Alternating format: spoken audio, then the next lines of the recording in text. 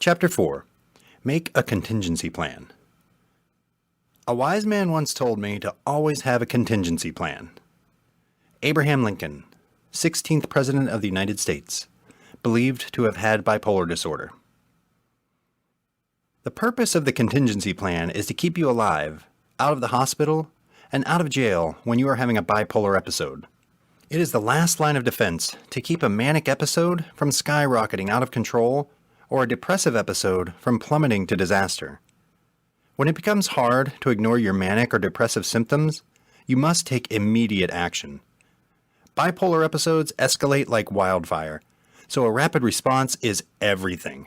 The stakes are too high to allow yourself to slide into a bipolar episode of disastrous proportions. This chapter outlines how to create a contingency plan, the role your psychiatrist plays in it, when to put your contingency plan into action, and lists both manic and depression early warning signs. Equally important is creating a team that is aware of your contingency plan should you need their help when it is critical. My story in Chapter 1, The Hospital Roof, drives home how important it is to have a contingency plan in place and ready to execute. In retrospect, it would have been wise, if not critical, for me to execute my contingency plan the moment I chose not to take my prescribed medications. There is a form available for free download on my website that can be used to put your contingency plan in writing if you choose to do so. www.breakingbipolar.life. Jane's contingency plan. Jane relates how she created her contingency plan and shared it with her team. I asked my psychiatrist whether I could call her at 2 a.m. if I was having bipolar symptoms and needed help.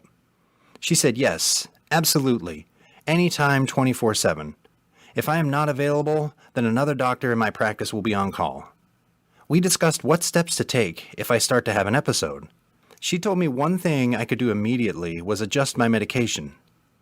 I am currently taking 300 milligrams of Depakote and 900 milligrams of lithium in the morning and 400 milligrams of Seroquel at bedtime.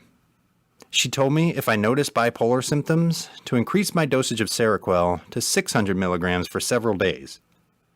She also told me to carry Seroquel with me, and if my symptoms become severe, to take a pill immediately, even if I have to chew it.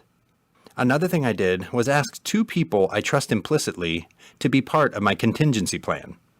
I asked my sister, an ex-alcoholic, who I am very close with. She knows how to deal with mental adversity and has been sober for 5 years. I also asked my friend, Liz. They are both aware of my disease and told me to call day or night if I need help. Finally, I put my contingency plan in writing and gave copies to my sister, Liz, and my psychiatrist. This is Jane's contingency plan. Ensure I am getting enough sleep. If not, I will call my doctor and request a sleep aid. Call my psychiatrist and make an appointment to see her as soon as possible or talk to her on the phone. Adjust my medication dosages per the prearranged plan I made with my psychiatrist.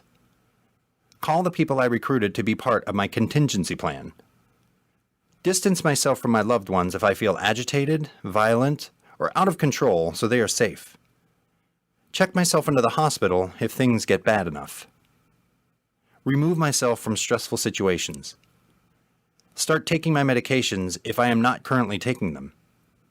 Stop drinking alcohol and doing drugs. Exercise and get fresh air every day. Stay hydrated. Take vitamins and eat healthy. The role of your psychiatrist. The most important duties of your psychiatrist are to keep you from having a bipolar episode and to be there for you in your time of crisis. This is why they get paid the big bucks. You must be able to count on your psychiatrist to help you immediately, day or night, if you contact them for help.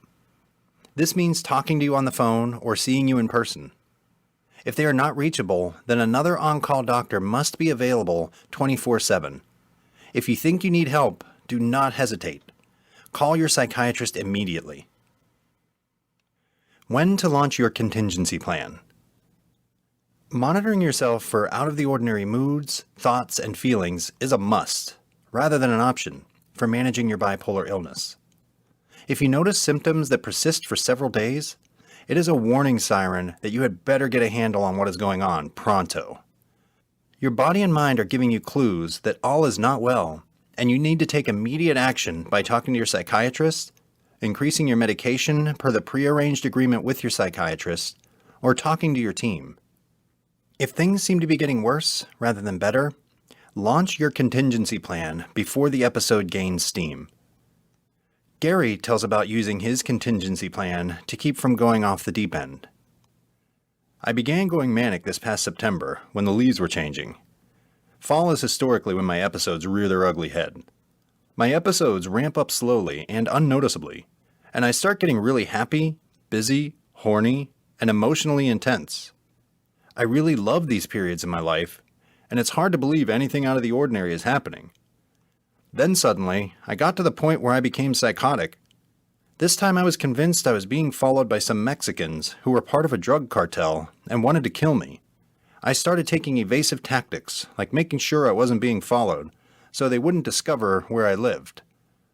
I began staying up all night, holding a shotgun, because I was afraid I was going to be attacked. One morning, I was lucid enough to recognize I needed help and called my friend Chris, who previously had agreed to be part of my contingency plan. He convinced me to call my psychiatrist.